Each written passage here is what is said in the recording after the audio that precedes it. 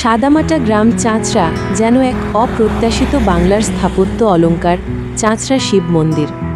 যশোর সদর উপজেলার চাঁচড়া ইউনিয়নের এই প্রাচীন মন্দিরটি ১৬৯৬ খ্রিস্টাব্দে রাজা মনোহর রায়ের তত্ত্বাবধানে নির্মাণ করা হয়, যিনি চাঁচড়া রাজপরিবারের শৈবপ্রাণ রাজা ছিলেন।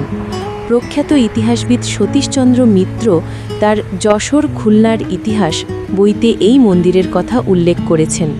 এই মন্দির ৮ চালা রীতিতে নির্মিত, যেখানে ৪ চালা ছাদের উপরে আরও একটি ছোট ৪ চালা ছাদ যুক্ত থাকে, যা এক বিরল বাংলার স্থাপত্য নকশার নিদর্শন। মন্দিরটির গর্ভগৃহ পূর্ব দিকে মুখ করে, যার দৈর্ঘ্য প্রায় ৯.৫ মিটার এবং প্রস্থ ৮.১৩ মিটার। মন্দিরের সামনের ৩টি খিলানের প্রবেশপথে রয়েছে সূক্ষ্ম গথিক স্টাইলড আর্ক, যা দর্শনীয় করে তোলে।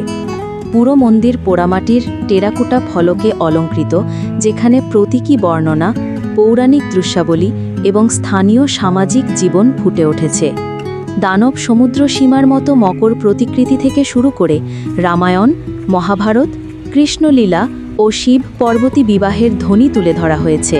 চাঁচড়া শিব মন্দির শুধু একটি নিস্তব্ধ স্থাপত্য নয়, এটি আজও জীবন্ত ধর্মাচারের কেন্দ্র।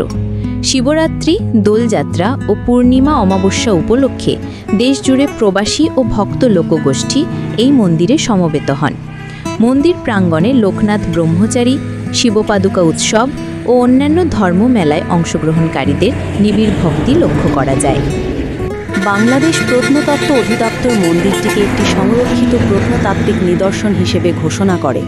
২০০৮ সালে ইউনেস্কো কোড অনুসরণে সংস্কার কার্যক্রম পরিচালনা করে।